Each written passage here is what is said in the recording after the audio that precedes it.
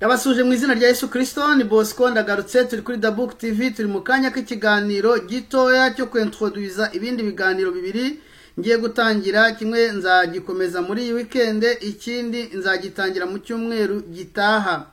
Ariko mbere yuko ninjira muri ibyo biganiro, reka mbanze nsenge. Mana, turagushimye, turaguhimbaje kuri Imana igira neza, uri Imana y'urukundo, uri Imana yera cyane, ni wowe waduhamagaye dushyira muri no murimo. Waturwanira intambara muri iki cyumweru mu bibazo twagiye duhura nabyo, nubwo bitari bikomeye bwose ariko byadutesheje igihe. Turagusabye rero Mwami Yesu Kristo ngo muri aka kanya noneho uhagarare ubwire ubwoko bwawe kugira ngo abantu bawe babashe kumva icyo ushaka kubabwira. Tubisabye mu izina rya Yesu Kristo, amen. Nitwa Bosco, turi kuri The Book TV, turi mu kanya k'ikiganiro kitaza gutinda. Ni ikiganiro nise ukuri kutagira umupaka. Ndavugaho ibintu bikeya bitangaje nasomye mu bitabo bibiri by'abantu babiri barwanyanya.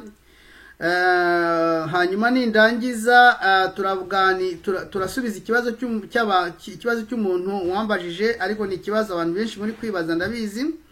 Ikindi niturangiza turintroduza ibiganiro bibiri, kimwe n'icyo twari tumaze iminsi twarahagaritse.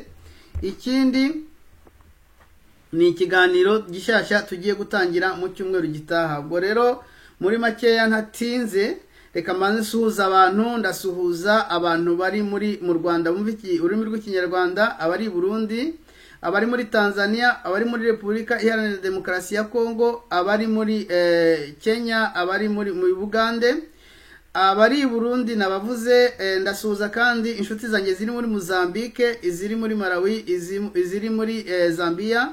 Ndasuhuza abantu bari muri Afrika muri rusange, ndambuka amazi nge hakurya y'amazi i Burayi. Ndabasuhuje mu izina rya Yesu Kristo. Ndasuhuje abantu bari muri Amerika, abantu bari muri Asia, abantu bari muri Australia, abantu bari hari muri Canada aho dutuye. Inshuti zanjye ndabasuhuje. Imana y'amahoro ibampera umugisha. Ntago rero uyu munsi ndi butinde, uyu munsi mfite ikiganiro kitaza gutinda kuko ni ikiganiro cyintroduza ibindi biganiro bibiri, ariko kigatanga andi makuru adasanzwe ku byo tumaze iminsi tuvuga. Ikiganiro cyintroduza ibindi biganiro bibiri, hanyuma ubundi tukatanga andi makuru adasanzwe twari tumaze iminsi tuvuga. Hanyuma rero tukazakomeza ibyo biganiro mu cyumweru gitaha. Mbere yuko rero twintroduza ibyo biganiro bibiri, reka tubanze twinjire muri ako gace gato twise ukuri kutagira umupaka. Uyu munsi nabazaniye abanditsi babiri. Hari umwanditsi witwa David Icke, maze kubona yuko avuga ibintu bisa n'ibyo Noah Harari yavugaga, bya bindi bivuga ngo inyoko muntu gukomoka ku nzoka, urubyaro rw'inzoka. Avuga ko abantu bose, Noah yaravugaga ko abantu bose batemera Imana. Buri hari abantu benshi batemera Imana, hari abantu benshi batemera Imana, hari n'abaza mu nsengero batemera Imana. Buriya nuko mutabizi, buriya hari abantu baza mu nsengero batemera Imana, bo bafite icyo bita crise d'appartenance, bashaka kugira groupe biyapartenamo gusa ariko batemera Imana. Barahari benshi cyane. Hari n'abantu batayemera ku mugaragaro, hari abantu babivuga bakabyatura, hari n'abantu batewe isoni nayo. Abantu batewe isoni no kuvuga Imana no kwitirirwa Imana. Niba mushaka kubimenya, murebe amazina y'abana abana bari kwitwa ubu ngubu. Bitwa Baganza, bitwa Bashyaka, bitwa Bantwari, bitwa Bacyusa, bitwa Bacyusa, bitwa Bansinzi, bitwa Bagatsinzi, bitwa Bashema. Ni amazina ameze gutyo. Kubwira nk'umudamu par exemple ngo reka nita umwana wanjye Habimana, arahita ngo vana aho havana ibyo ngibyo. Imana niyo mu rusengero, hano mu rugo nige nyobora, nige ngomba guhitamo akazina keza kajyanye n'igihe tugezemo, kuko wazi uko bigenda. Iyo umwana yitwa iryo zina bazi uko bigenda, bazi ko ari aho bigera ntiribe rishobora guca muri password ngo rijye gukora isosi bakarifata nka deshe bakajugunya. Bakavuga ati rero aho kugira ngo ndagira ngo babwire ngo abantu benshi nubwo uvuga ngo benshi bavuga ngo bemera Imana bakanayiririmba, ariko benshi batewe isoni nayo, ntibashobora kwitira abana babo izina rimwe Imana. Abenshi abandi baza mu nsengero batemera Imana, baje gushaka appartenance, ahantu bitirirwa ko baba muri groupe runaka, bitirirwa ko baba abo bagendana nabo. Baza gushaka bazajya batemberera ku cyumweru bambaye imyenda yabo myiza, amakote meza n'amashati meza n'amabubu n'ibindi byinshi. rero natinze uyu mugabo Noah Harari yavuze ngo mwene aba bantu batemera Imana ubundi baba bemera yuko bakomoka muri rwa rubyaro yavuze sinongera kurusubiramo nta muntu ntabwo nongera kubisubiramo ariko Noah Harari mwumvise ibintu yavuze yuko abantu batemera Imana baba bemera le contraire y'Imana. Reka rero mbasomere ibyo no mugabo yavuze. Umugabo witwa David Icke nabonye ahuza ibintu byinshi cyane na Noah Harari.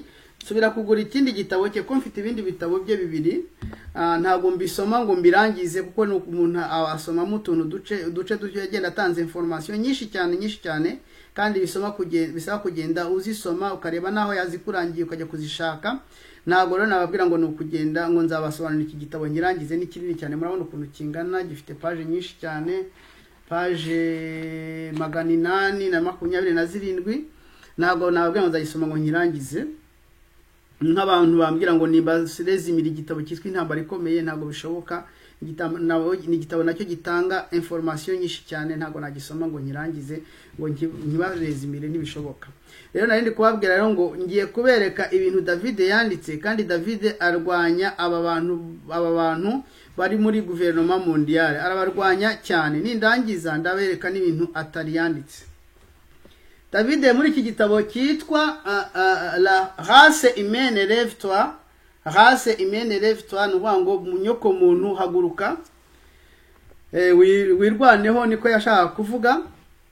Yaranditse ngo l'humanité est à la croisée des chemins. Il n'est plus temps de se demander quelle direction à prendre en regardant la carte. Arabango inyoko muntu igeze mu mayira abiri. Murabyibuka bya bindi nabigishije by'amayira abiri ya bya amahari muri 2020 nawe abisubiyemo. Kandi iki gitabo nakiguze ejo, n'ubwa mbere nakibonye ejo, nakiguze $38 plus taxe. Nuko arabango inyoko muntu igeze mu mayira abiri, ngo nta gihe gihari cyo kureba ikarita ngo twibaza aho tugomba guca. Tugomba kuba dufite amakuru ya kera twahawe, amakuru y'ukuri twahawe, kugira ngo tumenye icyo tugomba guhitamo, ko nta gihe cyo kwitegereza ikarita, nta gihe gihari cyo kwitegereza ikarita. Nta makuru ya kera ufite wahawe kugira ngo umenye ibyo ugomba guhitamo, nta gihe gihari cyo kwitegereza ikarita. Il n'est même plus question de choix après tout. Nta nubwo twemerewe no guhitamo, ntabwo twemerewe guhitamo. Birazwi mu bihugu byinshi duhera aho ngaho mu Rwanda, tugene mu bindi bihugu, abantu bari kubakoresha ibintu ku ngufu. Abo batabikoze ku ngufu mu buryo bugaragara, bari kubaburija, bakabafata kunda, bakabavuga bati turabirukana ku kazi, ntimuzongera kugenda, bakabatera ubwoba, bakabentimida, bakabafatisha ibyemezo batabanje gutekereza. Niko ari kuvuga. Une route mène à une dictature fasciste, communiste, mondiale. Donc umuhanda umwe uri kwerekeza ku gitugu, cyangwa se ku gitugu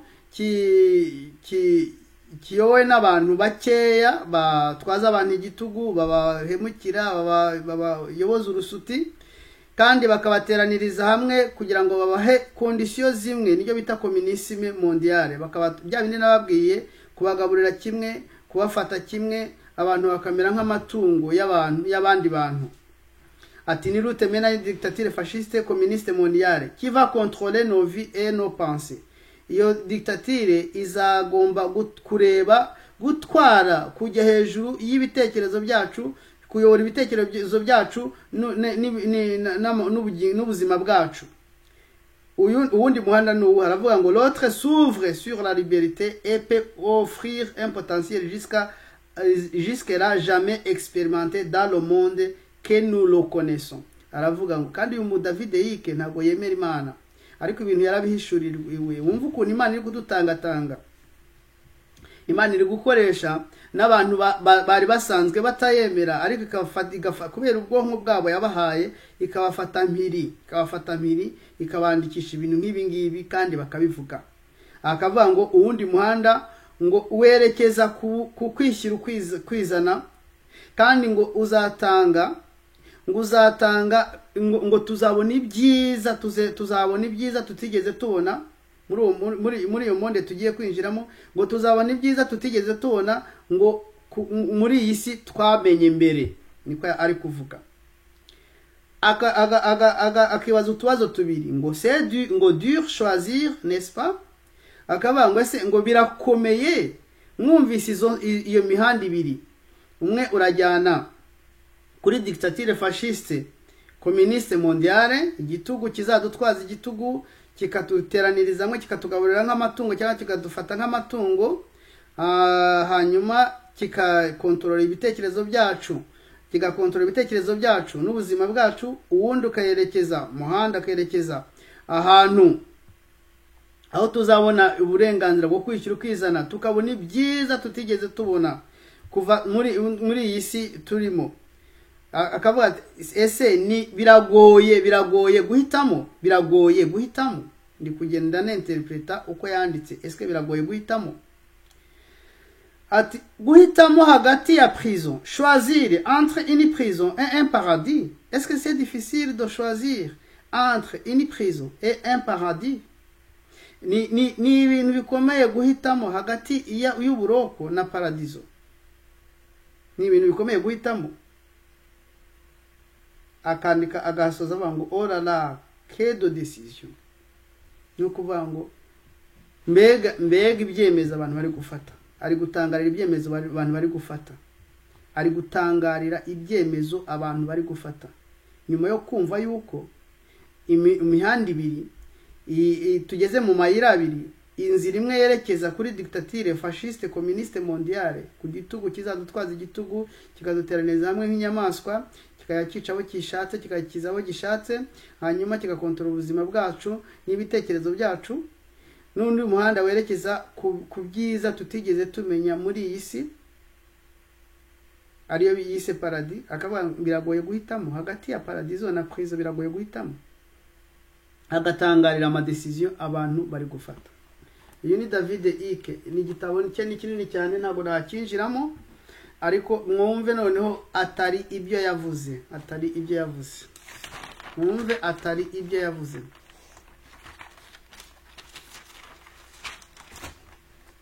Mwumve atari ibyo yavuze. Mbere yuko twinjira mu byo atari yavuze, mu gitabo cyise Dome qui gouvernera le monde. No kuvuga ngo ni igitabo ndagifite muri telefone, ntabwo narambura nafungura telefone ngo usome muri telefone, kuko abantu batangira kumbipamo, bigatuma nta fil des idées.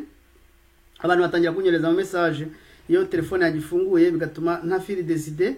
Nayifunze ndandika ku ahandi hantu, mumbabarire. Ariko mbere yuko ninjira muri iki gitabo cya Dome qui gouvernera le monde cya Atali, ndabasomera ibyahishuwe ibice 17 umurongo wa 12, ngo ya mahembe 10 wabonye niyo bami 10 batarima, ngo ariko bahabwa gutegekera hamwe na ya nyamaswa Antikristo nk'abami kumara isaha imwe.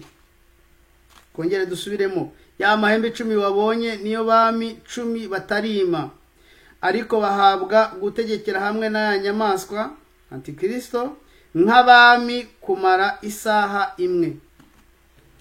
Reka mbasomere rero atari ibyo yavuze muri icyo gitabo cyitwa Qui gouvernera le monde, cyanditswe na Jacques Attali. Nkunda kumuvuga, nongere mbasubiremo. Jacques Attali ni Umufaransa, ni umugabo w'Umufaransa ukomeye cyane, umuhanga, ufite ijambo mu Bafaransa batatu bakomeye bavuga rikijyana ku isi.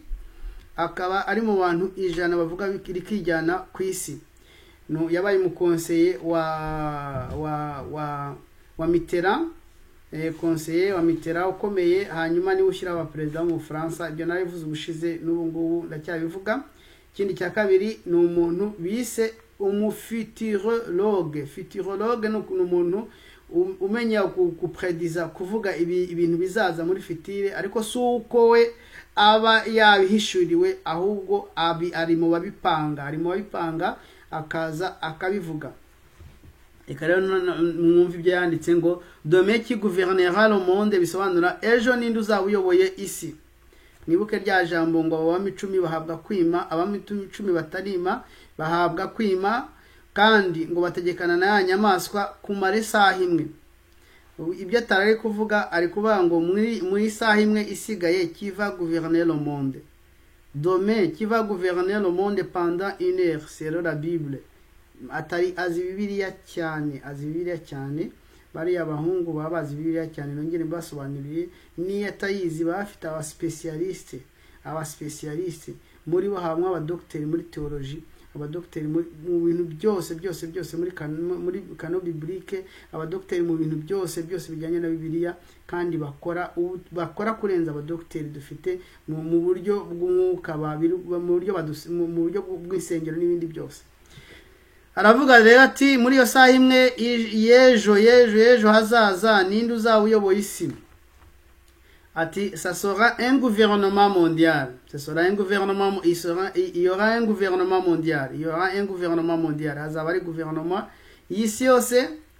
Aravuga ngo il naîtra à l'issue d'un gigantesque chaos économique, monétaire, militaire, écologique, démographique, éthique et politique.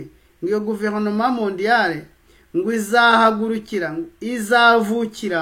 mu akavuyo gakomeye mu buryo bw'ubukungu, akavuyo gakomeye mu by'amafaranga, mu buryo bw'ifaranga ku isi hose rizata agaciro, biba ngombwa ko hahindura systeme monétaire ku isi yose. Akavuyo mu buryo bwa gisirikare, akavuyo mu buryo bw'ibidukikije, akavuyo mu buryo bw'abaturage batuye isi, ubumenyi bw'abaturage batuye isi, akavuyo mu bijyanye na ethique ni kwa kundi habaho icyubahiro ku muntu, akavuyo mu bijyanye na ethique, icyubahiro kigomba guha umuntu, n'akavuyo mu bijyanye na politique. Ati yo gouvernement mondiale igiye kuvuka, igiye kuzaza, kandi izavukira mu kavuyo gakomeye mu buryo buri economique, akavuyo mu buryo buri monétaire mu by'amafaranga, akavuyo mu bya gisirikare, akavuyo mu bintu bya ecologie, mu bintu by'ibidukikije, akavuyo mu baturage batuye isi. Bamwe bazaba bimuka mukaraza kubivuga, abandi bapfa ari benshi cyane ku buryo kaza barakavuyo donc chaos démographique itegeze ibaho. Ibintu bijyanye na ethique bizikubita hasi, abantu bajye bakorerwaho ibintu batari bakuriye gukorerwaho kubera yuko ethique bizikubita hasi, politique izikubita hasi. Aracyavuga ngo au moins probablement en lieu ou place d'un tel chaos, il prévaudra comme une thérapie de choc. Akavuga ngo muri ako kavuyo iyo gouvernement izagaragara ko ari ngombwa, ko ari wo muti uza nk'inkuba ukubita. Donc atari kubanza ngo bateguze ngo bati nta yindi shwa dufite, ni uyu muti ugomba kuza. C'est le gouvernement mondial uzaza nk'inkuba ikubita, zaba comme une thérapie de choc, ou bien elle deviendra peu à peu dans les interstices de l'anarchie, cyangwa izagenda yisohekamo. Ubu ngubu ntago turi kubibona, ariko iri kugenda yisohekamo hagati y'utuvuyo turi kugenda duterwa, kandi akavuyo ntago karagera kure. Akavuga ngo par l'accumulation des réseaux tissés par les États, entreprises, syndicats, partis politiques, ONG, individus. Donc bango réseau cyangwa se ya réseau wa mugabo w'ubushize yavuze, ya network wa mugabo w'ubushize yavuze bari gukereya, iyo gouvernement mondial nizacamo igende yiplasa. Niko ari kuvuga. Agiye kubisobanura uko uzabimeze ngo iri sera totalitaire, no kuvuga ngo ni igitugu kizanguruba abantu bose, nta kuvuga ngo genda tekereza ukwanjye ngiye shora gufite uburenganzira bwo gukora iki ngiki. Ni igitugu kizaba kiri totalitaire, kizategeka abantu bose icyo gukora. Ou démocratique sera la façon dont il s'instaurera.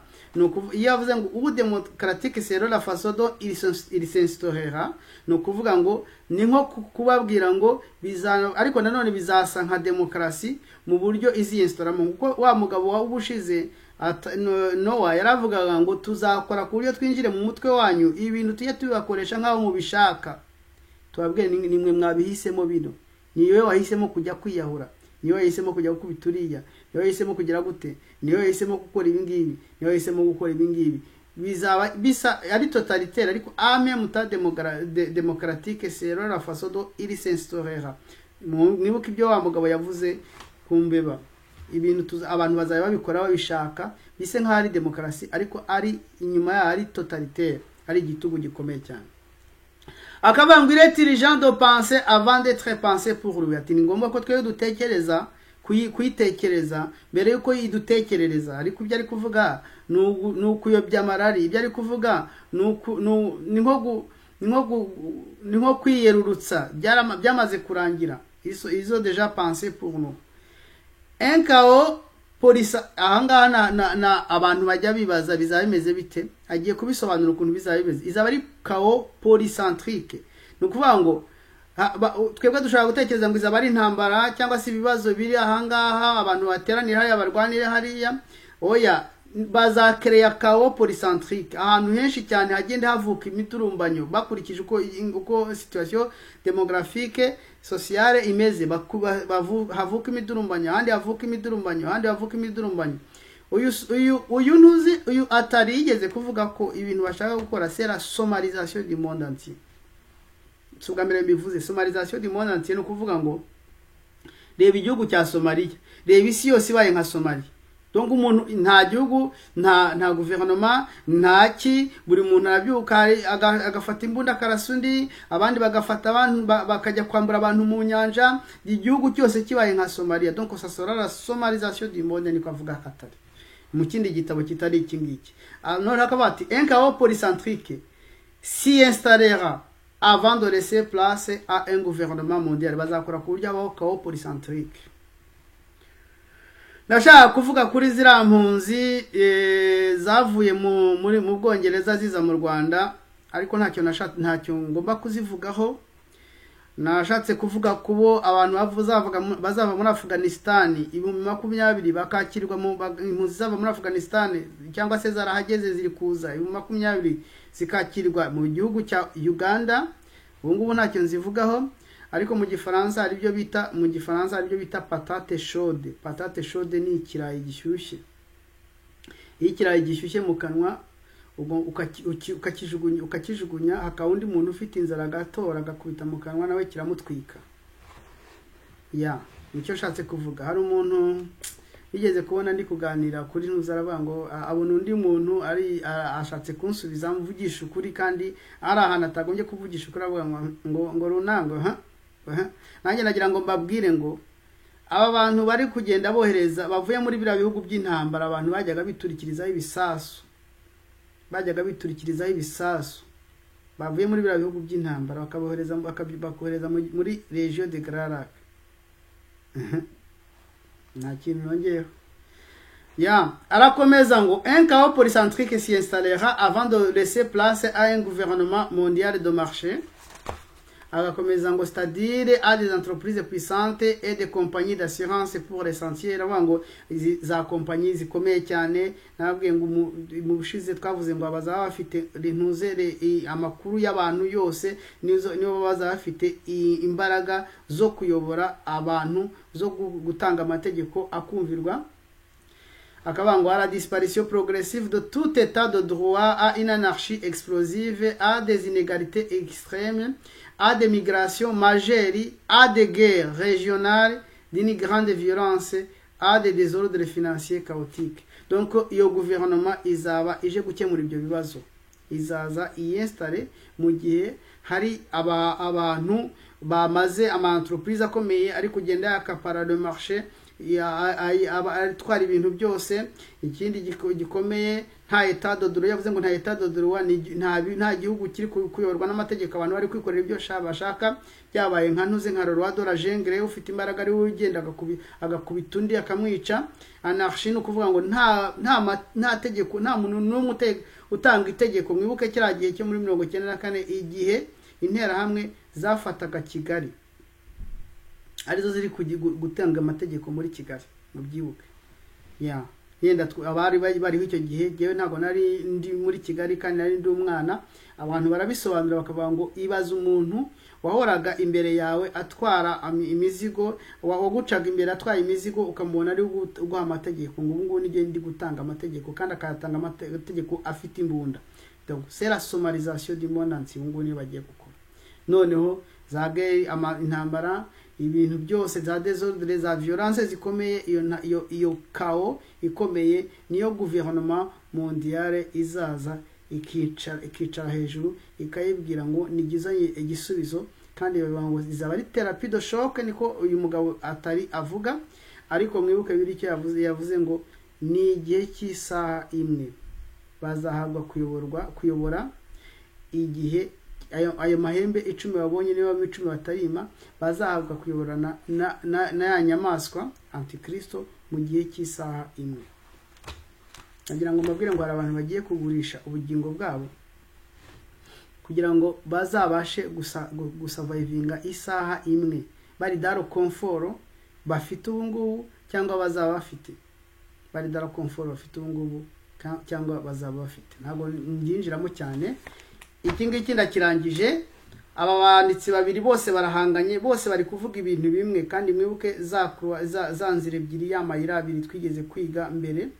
Uyu David Yika yasubiyemo uyu mugabo we avuze ukuntu bizabimeze ukuntu iyo gouvernement mondiale izabimeze kandi izayobora isaha imwe igihe gitoya isaha imwe.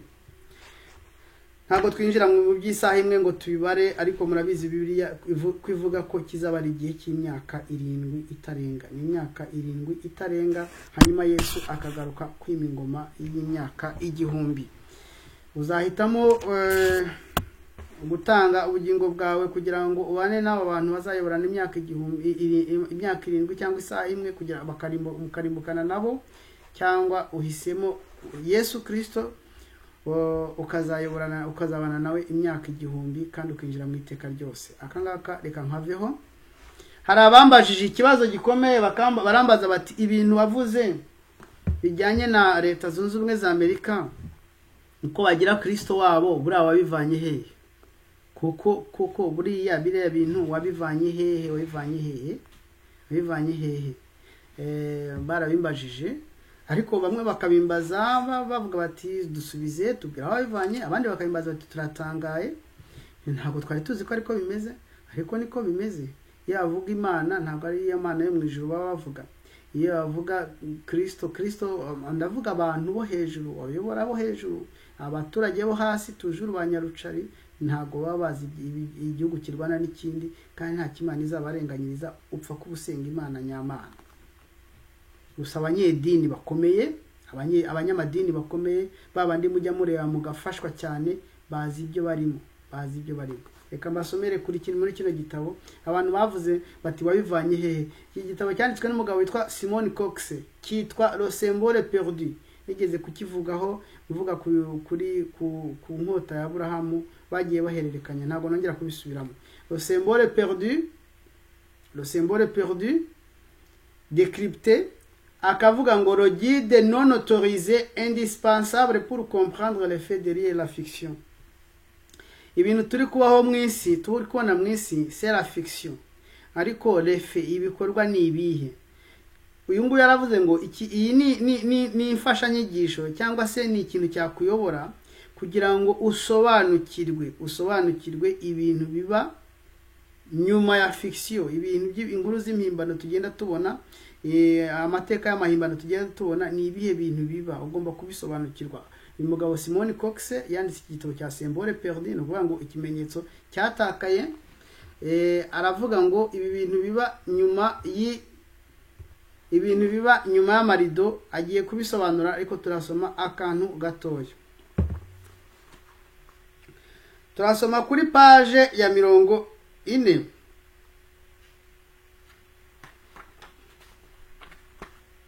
page ya 42 kuri paragraphe ya nyuma haranditse ngo le chef d'œuvre de Brumidi s'inspire de nombreuses peintures classiques dont il mélange les influences avec des images du monde moderne pour aboutir à une vision de George Washington, un dieu des États-Unis, jeune pays progressiste. nababwiye ko ibiriya bintu byashushanyijwe muri Capitole hejuru byashushanyishanyijwe n'umwitariye umwartiste w'umwitariye witwa Brenudi yari ari kumwe n'undi muntu umuframaso wagomba kugenda amwinspira amusobanura ibyo agenda ashushanya. Fin de fait icyo yashushanyije niki yashushanyije George Washington nk'imana y'igihugu cya Etats-Unis, igihugu gitoya kigiye gutera imbere. Turakomeza ni muri Dans le symbole perdu. Arongera kuri ntuze kuri 44 niho ngiye kurangiriza, niho hatangaje cyane ngo dans cette perspective la signification sous-jacente du symbole de George Washington assis sur l'arc-en-ciel est claire. Il est un homme parvenu à la perfection, non seulement un grand maître illuminé, mais aussi un Christ américain, en phase avec sa nature divine. Ni ukuvuga ngo igisobanuro yagitanze, igisobanuro cyerekana George Washington yicaye ku mukororombya hejuru. Hari n'ibindi bintu atavuze uretse ko bivuga mu kindi gitabo, abazengurutswe n'abakobwa 13 b'abangavu ngo baba vierge. Bamwe basobanura ko basobanura amakoloni 13 yaraya y'Ubwongereza muri kiriya gihe. Etats-Unis yayoborwaga yari tarawe Etats-Unis yayoborwaga yakolonizwaga n'Ubwongereza. Ariko mwumva aho bihuriye na bya bindi abayisilamu bakora, ngo umuntu ngo ugiye muri jihad akiturikirizaho igisasu ari mu ntambara jihad ngo ahita yinjira mu ijuru, ngo Allah ngo akamuha ngo abakobwa 7 ngo bari vierge b'amasugi ngo bakamubera abagore.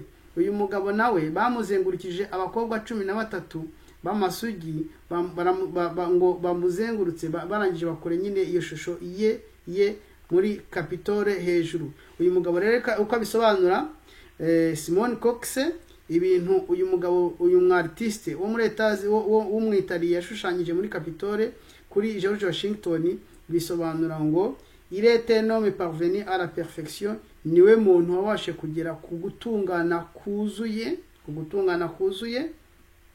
Ntabwo ari umwigisha wamurikiwe gusa, maître illuminé, ahubwo c'est le Christ américain, niwe Kristo w'abanyamerika. Niko ibyanditse muri iki gitabo, kandi ari en phase de sa nature divine, donc ni n'Imana, niko bamufata. Iki gitabo ntabwo ngisubiramo, kirimo ibintu byinshi cyane.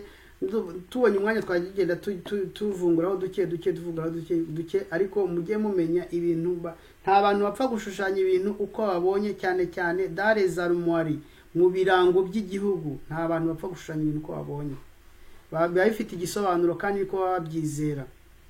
Ubwo rero abatekereza ko Amerika iyivuga ngo in God we trust, bavuga Imana yo mu ijuru, yavuga ngo may God bless America, bavuga Imana yo mu ijuru, bakure igihu ku maso, basobanukirwe igihugu kirwana n'ikindi cyari cyo,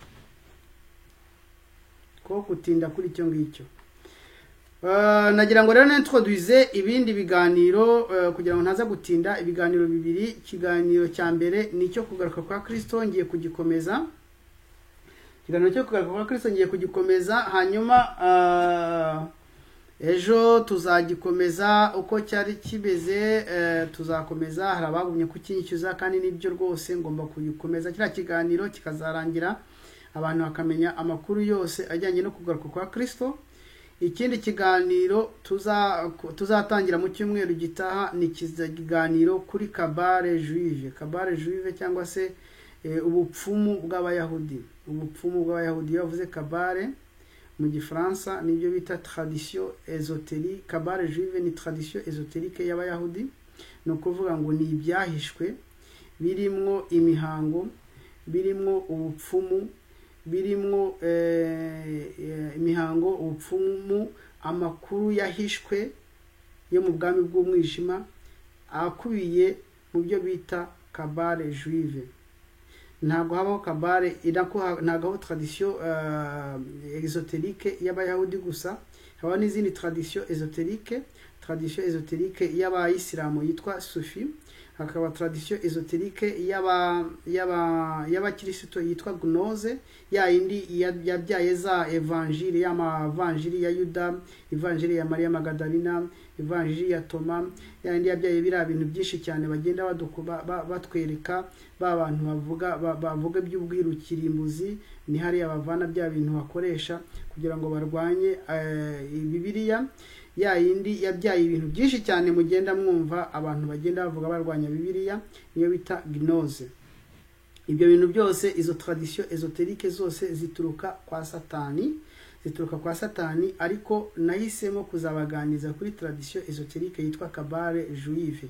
Ni ikiganiro kirekire kuko Kabale Juive ni nini cyane, nta nubwo nzayivuga nk'umu expert, nzayivuga nk'uwasomye ibitabo bitanarenga 3 byayo.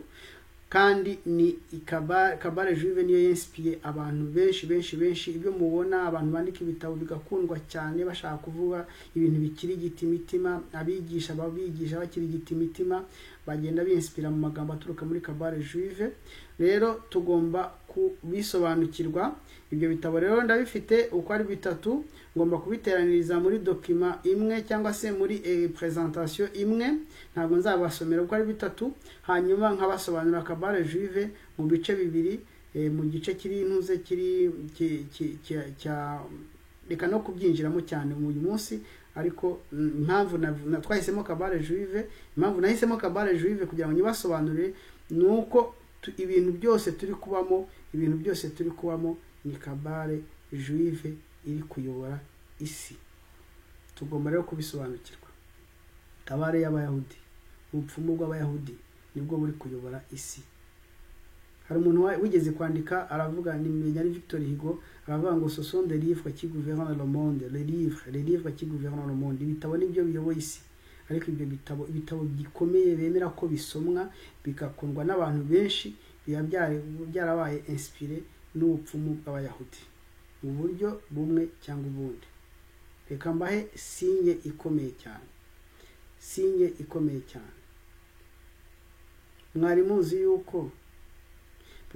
yuko muri imwe muri concept z'ubupfumu bw'Abayahudi, kwemera gutanga umusanzu mu bushakashatsi bw'ubuganga ari ikintu gikomeye bubaha. Mwari muzi yuko ubu ngubu ibyo turimo babyita gutanga umusanzu mu bushakashatsi bw'ubuganga. Mwari muzi ko ya laboratoire yo muri Ukraine bari gusenya muri Ukraine babyita gutanga umusanzu mu bushakashatsi bw'ubuganga. Mwari muzi ko indwara zihimbwa babyita gutanga umusanzu mu bushakashatsi bw'ubuganga. Mwari muzi yuko abantu bapfa babaye de sacrifice y'ibintu babateye bari gushakashaka babyita gutanga umusanzu mu bushakashatsi bw'ubuganga. Ni kimwe mu bintu bikomeye biri mu ntuze muri concept 7 cyangwa se 8 za Kabale Juive. Ubwo murahita mwumva rero situation turimo, sera Kabale Juive, ni Kabale Juive. Rero niyo mpamvu twahisemo kuzategura ikiganiro gikomeye kuri Kabale Juive, kizafata ibice 3. Ntabwo nzongera kujya ndundanya amakuru icyarimwe, kizafata ibice 3, ariko nzakora ku buryo muri iki cyumweru gitaha kizarangira. Nikitarangira ubwo kizarangira mu ntangiriro y'icyumweru gikurikiyeho. Ubwo rero Imana ibaho umugisha. Mumbabarire uyu munsi ntabwo nateguye ikiganiro neza, mfite umwana turi kumwe hano mu rugo utagiye ku ishuri, bagize empêchement. Iyo hano umwana yagize akagripe ntabwo ajya ku ishuri. Ubwo nagira ngo ncunguze uburyo umwete nk'uko abakristo abarokore tujya tubivuga, ducunguze uburyo umwete ataza kunderanja ntarakirangiza. Nagira ngo muri ibyo bintu 3 twavuganye, twavuze kuri kutagira umupaka, ukuri kwavuze na David Icke, niko kwavuzwe na Noah, niko kwavuzwe na Watari, niko twavuze cyagihe, niko n'ijambo ry'Imana rivuga. Ni ukuri ntabwo turi kugira umupaka, mukurikire mukumve. Kandi turi mu isoko ry'imbura mu maro. Nende kurangiza, turi mu isoko ry'imbura mu maro. Icyo tugomba kugura ni ukuri gusa. Ibinyoma byo ni byinshi. Abatanditse ibinyoma ni benshi cyane. Abatanditse ibinyoma bagurisha ibinyoma ni benshi cyane. Turashaka rero ukuri. Aho tuzakubona kose tuzakugura. Kuko nta gihe dufite cyo guta ku binyoma. Turi mu isoko ry'imbura mu maro. ikindi twavuze ku bantu babajije ibijyanye na Kristo w'abanyamerika nk'uko twabivuze. Simon Cox amaze kubivuga arabisobanura, avuga yuko uyu Brimudi uriya mwitariye washushanyije muri Capitole yashushanyije Washington nk'Imana y'abanyamerika, kandi amukurotiriza abakobwa 13 basobanura bya bintu navuze ntongera gusubiramo. Ibyo bigasobanura yuko mu bwami bw'umwijima ibyo bagenda babwira abantu, haba abayisilamu, haba abayahudi, haba abakirisitu, haba ni bimwe, biba bisa. Ikinyoma cyose baturuka bagenda bagihindura mu kantu gato, ariko biba bisa. Tukavuga tuti rero naho twabivanye, abantu babaje bati se mwabivanye hehe? Naho twabivanye, kandi n'ahandi hose mu bindi bitabo babibona, si iki gitabo cyonyine mfite, hari n'ibindi bitabo byinshi bibivuga. Ikindi cya gatatu twintroduce ibiganiro bibiri, ikiganiro cyo kugaruka kwa Kristo, kandi tugatangira n'ikindi kiganiro cya Kabale Juive. Ubwo rero mubunye mudusengere, mumbabarire uburyo mwabonye twa presence ikiganiro cy'uno munsi, ndi guhushura kugira ngo byibura mube mutangire mu nsengere. Ni nko kubaha gahunda ikiraka cyo kunsengera kugira ngo nzaboneke mu cyumweru gitaha. Ko muri iki cyumweru Satani yaraturwanije cyane mu buryo bwose ntabasha kurondora. Tari ibintu biteye ubwoba by'uko ngo byafata ubuzima bwanjye cyangwa ubugingo bwanjye, ntihagire utekereza kugera aho ngaho. No kugenda kurangaza kugira ngo iki ngiki kirakeneye kujya kubona ikintu ukabona kikwituye hejuru, wakinjiramo kigafata iminsi 2 ukirukamo, kandi ubona nukireka kiri byari izindi ngaruka. Ubwo rero byatumye ntaboneka. Mu mbabarire, ikiganiro cy'uno munsi nikikoze mushagurika, mu mbabarire ko mfite umwana ushobora kuza kunderanja. Reka dusenge turangize. Imana turagushimye, turaguhimbaje, uri Imana nziza, uri Imana igira neza. Muri uno mwanya tumaze kuvuga ibijyanye n'ibyo uba watubwiye kuvuga, ntabwo twabisobanura nk'uko wabasha kubisobanura. Wongere usange imitima y'abantu, ubasobanurire byose ukuri kubasobanurira, kugira ngo bamenye uko bahitamo muri ibihe bikomeye by'akayibi. Tubisege mu izina rya Yesu Kristo, amen.